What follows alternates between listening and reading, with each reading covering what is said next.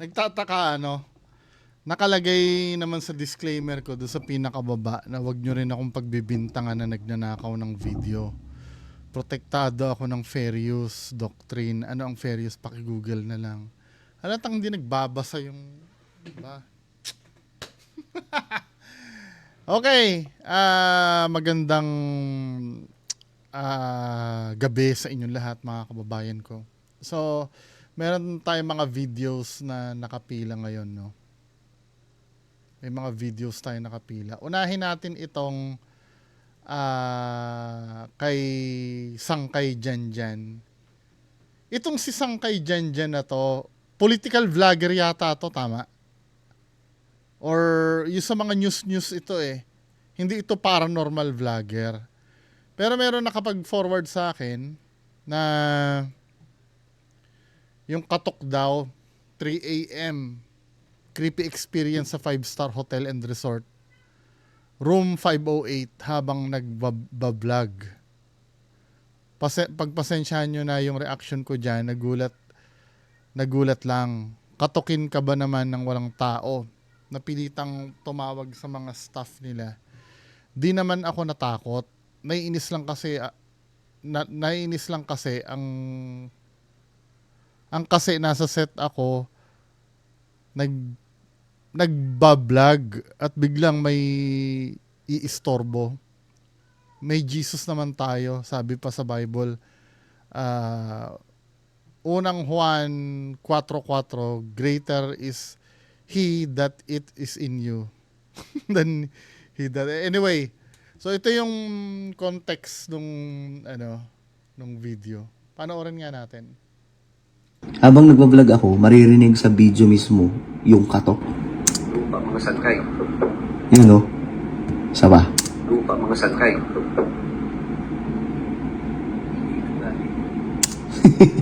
Around 3 a.m. nagbablog ako dito sa hotel. Tapos itong hotel na to, ano to eh? Ano tawag dito?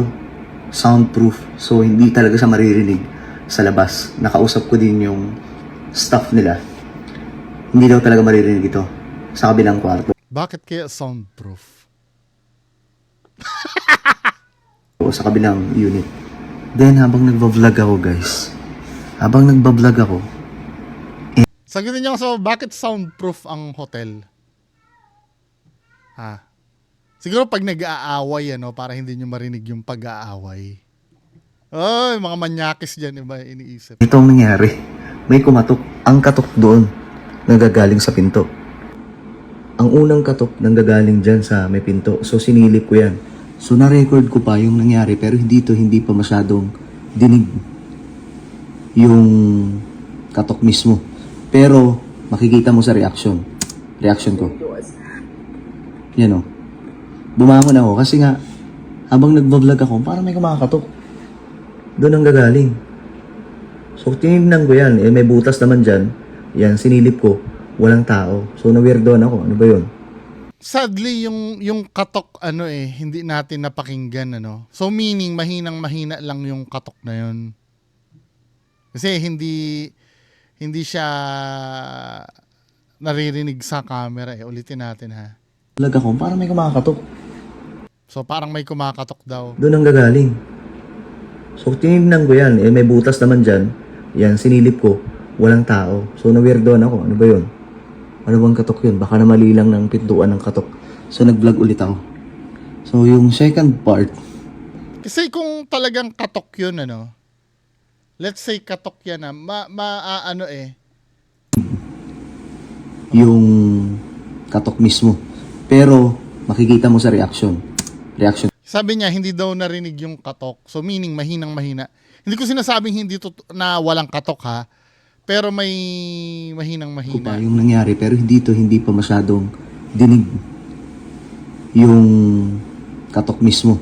Pero makikita mo sa reaction ko. Yan o. Bumangon ako kasi nga habang nagbablog ako parang may kumakatok. Doon ang gagaling.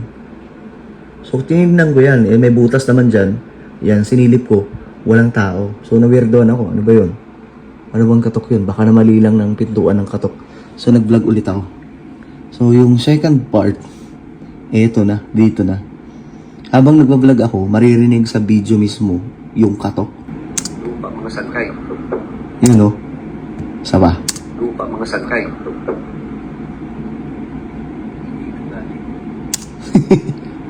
Ulit nga, ulit. Lupa mga sangkay. Yun o. Mamaya, mag-opinion Saba. ako. Lupa mga sangkay.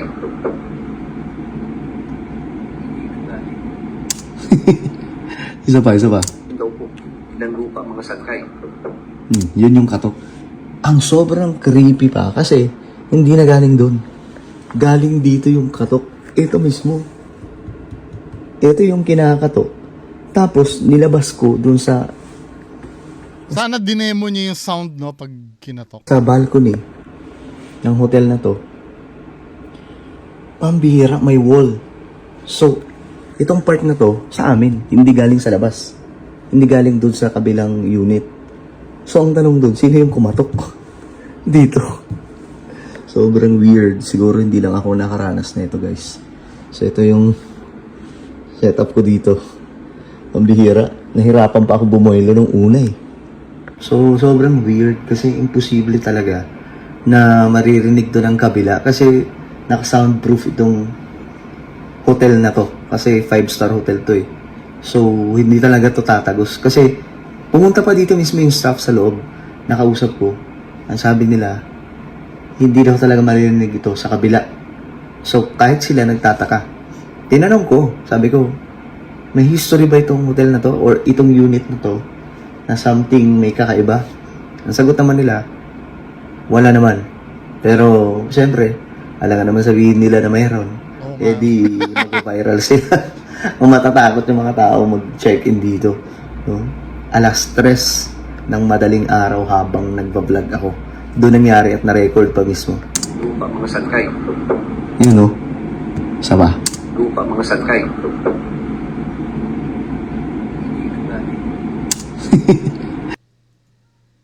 Habang nagbablog ako, So, ano, kung akong tatanungin nyo,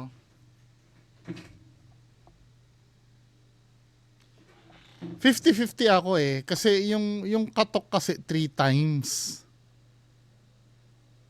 3 times ano. Kung ano,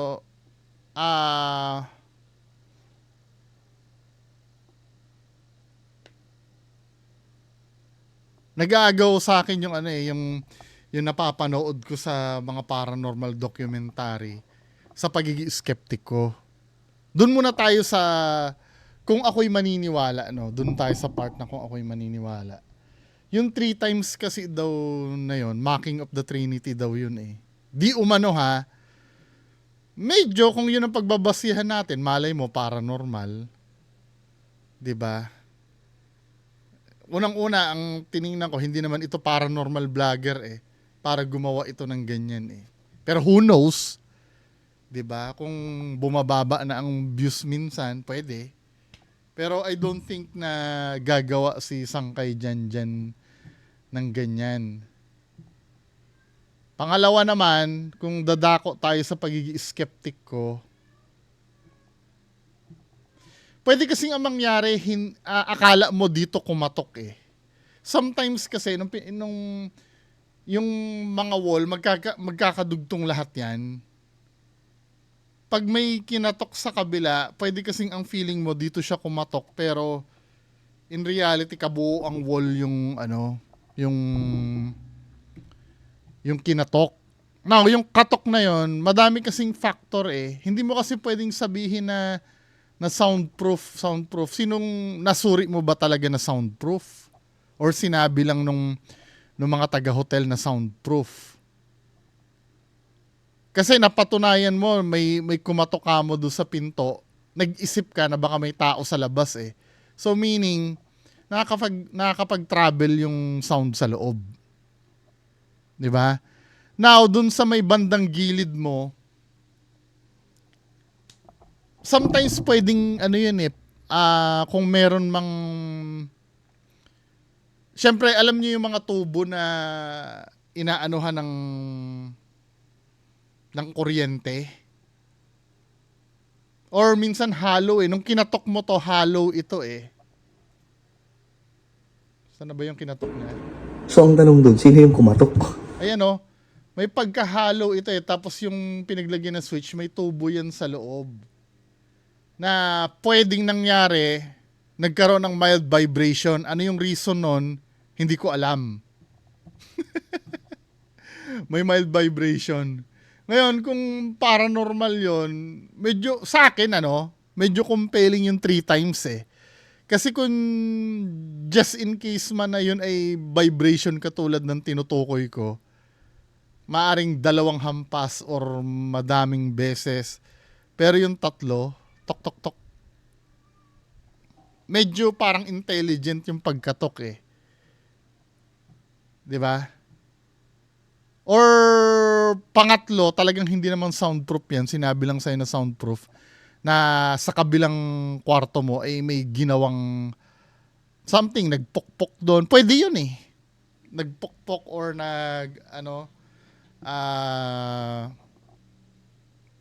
kasi yung soundproof kasi para naman yun dun sa taong nasa loob, hindi naman sa pader yun eh. Do you agree with me? Yung kasi naobserbahan ko yan doon sa studio kasi ni Sir Lance. Soundproof din yon.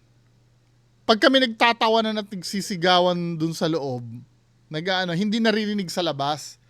Pero yung pag may gagawin ka kasi sa pader, katulad nung pag may gumagawa doon sa studio niya, doon sa kabila, kasi pinapagawa niya yung kisame doon or sa labas, naririnig namin from loob yung katok galing sa labas. Pwede yun. Not necessarily pag soundproof ka, kahit katok hindi mo na maririnig mo pa rin. Nakita nyo na yung studio ni Sir Lance, dun sa nagpapapicture kami. Dun sa may soundproof din yun eh. Nilagyan niya ng acoustic treatment sa yun talaga, mga maiingay yung nagbabanda dun. Nakukontain yung ingay. Pero pag may kumatok, naririnig pa rin. 'Di ba? Sige, kung akong hahatol dahil doon sa 3 katok na 'yon, 60% may scientific explanation, 40% paranormal siguro. Yung 40% na yun, siguro pa 'yon, hindi pa ako sigurado. Pero feeling ko mas lamang yung sa akin may scientific explanation yun eh. Pero hindi ko na naman kayo masisisi kung kung iisipin yung paranormal yun. Now, yung katok dito sa pinto, same eh. Malay mo, yun, parang room service na napadaan na akala mo kinatok ka, na nag-vibrate din ang pintuan, pwede. Kasi hindi na-capture sa sa camera yung katok eh. Diba? Anyway, kung paranormal talaga, wala naman akong magagawa. Ang mga sinasabi ko lang, possibility kung yun ay may explanation. Meron nga nagsabi dito sa comment section, compressor ng aircon daw yun eh, malamang. Kapag humihinto ang compressor, may mga katok sa makina. Pero makina yun hindi sa pader eh. Hanap tayo explanation dito. Sabi nisa kasi anti-Duterte ka daw.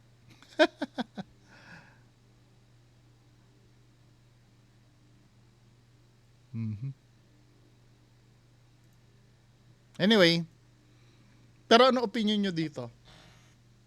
Ako mas lamang sa akin ng may explanation yan eh. 'Di ba? Hindi naman kasi natin narinig yung actual na katok.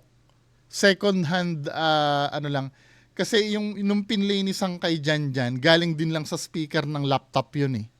Hindi talaga yung na-record sa sa camera. 'Di ba? Binidyohan niya na lang mismo doon sa cellphone niya. Second hand sound na lang.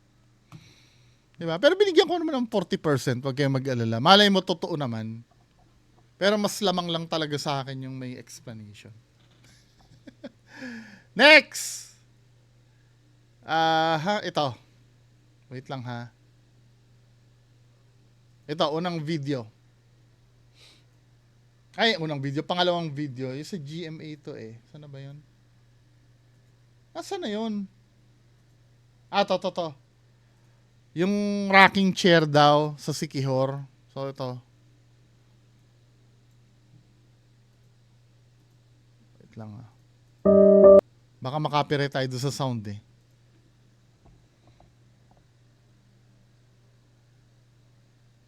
Oo nga, no?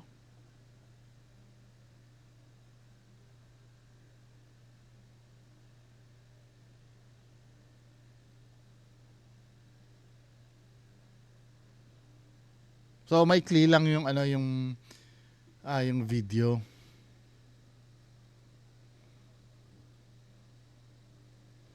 Ito kasi ang problem dito sa ganito. Hindi kasi natin na nakikita yung ano eh. Hindi natin nakikita yung kabuuan. Parang ang nangyari kasi dito aninag lang natin eh. Kung may tali man kasi ito yung mga factor na hindi natin alam. I-explain ko sa inyo ha. Ikaw na naniniwala dito sa video na to, hindi mo rin naman alam kung ano yung totoong sitwasyon dun sa taas eh.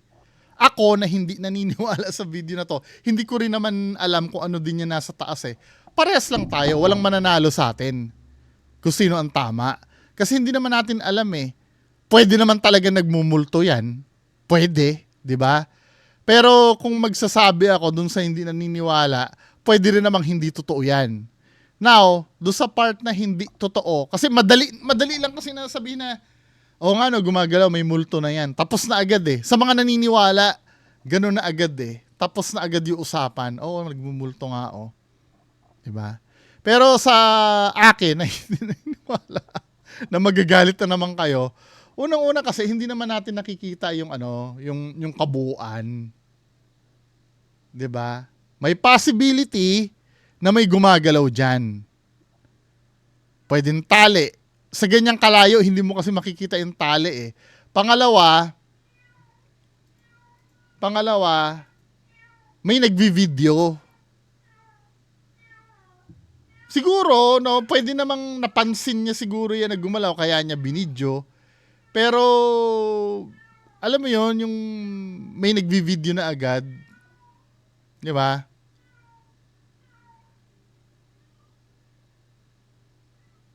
Kasi yung ano, yung movement na ganyan, ano eh, hindi siya compelling eh. Basta sa akin, ano, pag ang isang bagay kaya namang i-duplicate, kaya naman siyang i-duplicate kahit ako kaya kong gawin yan eh. 'Di ba? Sa akin, hindi ko agad pinaniniwalaan eh. Unless talagang ma-prove sa akin na totoo yan. Kasi yung mga ganyan, kayang i-duplicate yan eh. Kumuha ka nga lang ng tali at doon ka sa pagkalayo-layong pwesto, videohan mo ng ganyan. Pwede eh. Kaya yung sa akin, possibilities lang naman yun. Pero kung maniniwala kayo dyan, go ahead. Wala pong problema sa akin. Sa akin lang, kaya kasing gawin yun eh. 'Di ba? Next video. Ito.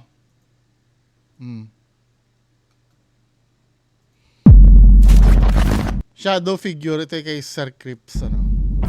Minsan ko na rin naitampok dito sa ating channel ang TikTok user na si Smug Puppy na di man ay ginagambala ng isang multo o entity na nasa loob ng kanilang tahanan. Pero bago ko ipakita sa inyo ang kanyang mga bagong video, balikan muna natin ang ilan sa kanyang mga naunang video. Oh my God! Ano nangyari doon? Christ! Just bear with me a second. Ano nangyari? Ang ilan sa kanyang mga naunang video. Oh my God! Talagang pupunta banda dun sa babae, ano? Mahirap kasing magtali na dun pupunta sa kabila. Anyway, di ba? Tsaka isa pa, anong purpose bakit nagbi-video si ano? Alam niya na ba agad na may mangyayari? Kasi the moment na nag-video ka, ina-anticipate mo na may mangyayari eh. 'Di ba? From innocenteng Balikan nagko-computer muna natin ang yung kasama mo. ilan sa kanyang mga naunang video. Ganyan no, wala lang, biglang binibidyo. Anong purpose bakit mo siya binibidyohan? 'Di ba? Ibig sabihin, may hinihintay ka dyan na may mangyari. At yun nga yun nangyari, yung tumalsik yung ano. Ibang iba ito dun sa may rocking chair kanina na pinapanood. Kasi binidyohan yung rocking chair, gumagalaw na eh. Magdududa ako dun, tiningnan ko kasi yung rocking chair. Magdududa talaga ako, 100% na peke yon na binibidyohan niya yung bahay, biglang gumalaw ang rocking chair. Pero nung vinidyohan niya kasi yung bahay, gumagalaw na yung rocking chair eh. Well, pwede na naman planted din yun, yung paggalaw ng rocking chair. Kaya lang, yung detalye kasi na yon, pwede mo kasing ipanghuli yun eh. Katulad nito, no? Wala namang goal. Bakit siya nagvi-video? Bakit siya nagvi-video ng ganyan, tapos bigla may tatalsik? Ibig sabihin, inaabangan niya yun. Oh my God! Jesus Christ! Just bear with me a sec. Sorry guys, just film me a sec because I keep seeing that shadow figure go past this. May mga shadow na gano'n, ano?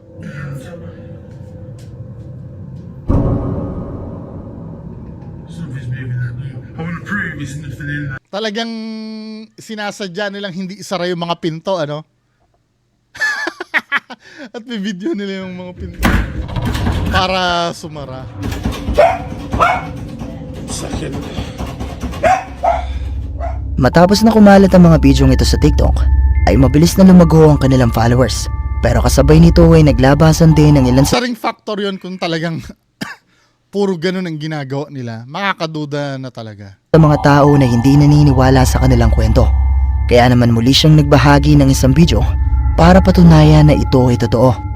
Hi guys, in an effort to prove that these shadow figures are real, we've been having this all day today, or I've been here. We've got shadow figures peeking around this door today, and we can see them on the front screen of the camera. So what we decided to do in an effort to prove that, I think there's another one. In an effort to prove that these are real, I've made Kaylee sit Thanks. sit really close, and she's gonna grab the camera as soon as we see one. Bullshit, napipredict niya kung kailan lalabas. And I'm pretty sure Kahit nasabihin mo na hindi, palaging dito namin nakikita na sumisilip eh. Pero pag yung, well, di ba? Oh. I think there's another one. In an effort to prove that these are real, I've made Kaylee sit Thanks. sit really close, and she's gonna grab the camera as soon as we see one. And I'm pretty sure the screen's pretty hard to see. Halatang solid yung shadow min eh. As soon as we see one, and I'm pretty sure the screen's pretty hard to see from here, to be fair, but we've tried to push it back to get the best view. And she's gonna grab the camera and get it up the stairs because there's literally nowhere to go on the stairway. There's hear it. Yeah, you'd hear somebody running up the stairs. There's no other rooms to go in. So you know what I mean. That's what we're doing. So get ready, guys. I'm pretty sure. Don't cover the screen because people say you've cut the video. Yeah. Yeah. Just try and grab it the best you can. Yeah, go. Quick.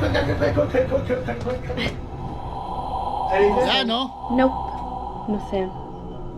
Show everywhere. Well, there's nowhere really to show. No, there's nowhere to show. This is flat against the wood. Yeah. Nagsimula silang mag-video nang mapansin nila na tila may sumisilip mula sa pintuan. At sa tingin nila ito ang tamang pagkakataon para patunayang totoo ang kanilang mga karanasan. Agad-agad nilang itinutok ang camera dito. At sa video ng ito ay nakuha na nila ang ilang ulit na pagsilip ng hindi lang iisa, kundi dalawang itim na figura. Bullshit eh, dami. Namistulang mga tao na may purong itim na kulay. Pero nang agad-agad itong sundan ng kanyang anak, ay wala namang kahit ano na naroon. Anak niya pala yun, kala ko asawa niya.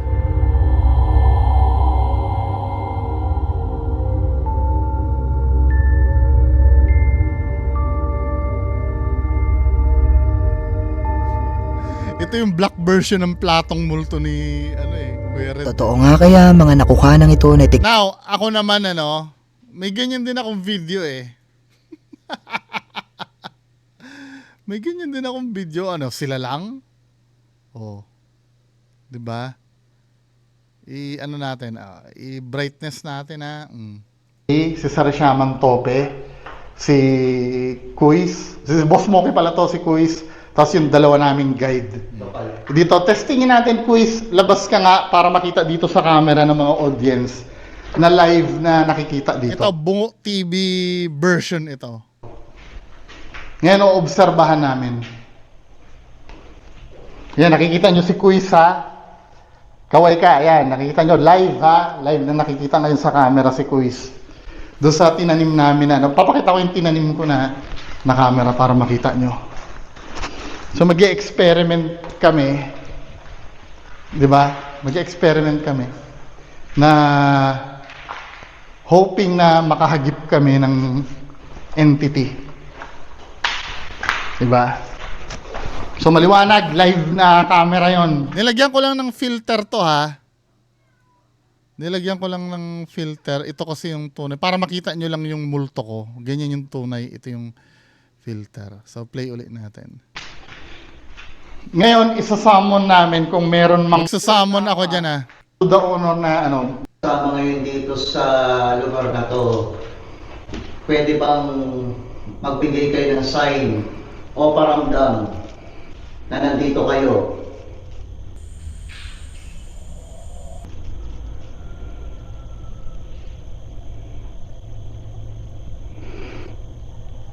Sige pa. Kung meron man kaming mga kasama rito na kaluluwa, pwede ba kayo magbigay ng sign o magparamdam kayo na nandito kayo mismo kasama namin? Tignan nyo ha. May lilitaw dyan. Parang may nakita ako sumilip.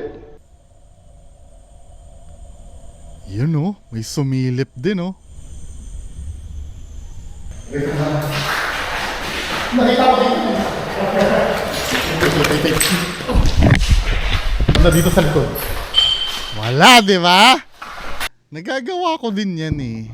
Ligwak pa rin yung style nila. Di ba? Ligwak pa rin yung style na yan. Pag nare-replicate, di ba?